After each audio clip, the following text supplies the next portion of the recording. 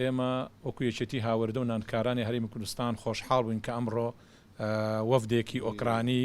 بە سەرۆکایەتی قونسوڵی فەخری ئۆکرانیا کە تەشریفیان هێناوە بۆ سلەیمانی و ئێمە لێرە پێشوازیەکی باشمان لێ کردوون و هیوادارین ئەو پەیوەندی کەوا هەیە هەرێمی کوردستان لەگە وڵاتی ئۆکرانیا زیاتر بەهێزتر بێ و بتواندرێ کاری لەسەر بکرێ واجێی دڵخۆشیە کە باسییان کرد نوێنەرایەتێکی قونسوڵێتی ئۆکرانیا لە شاری سلێمانی ئەکەنەوە ئەوەژە بێتە هۆی ئەوەی کەوا بتوانێت پەیوەندی بازرگانیەکان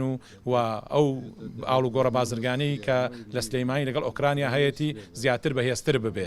Украина и Курдистан давние партнеры, но, к сожалению... ئێمە ئەزانین کە پەیوەندی بازرگانەکانی سلێمانی لەگەڵ ئۆکرانیا دەمێک ئەکرێ ئاڵوگۆڕی بازرگانی ئەکرێت بەڵام بەداخەوە زۆری لە ڕێی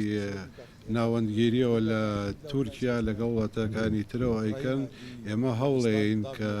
ئەو پەیوەندیە ڕاستەخۆ بێ لەگەڵ ئۆکرانیا بۆی ئاڵوگۆڕی بازرگانی مباشر لەگەڵ ئۆکرانیەکانە بکرێ و لەگەڵ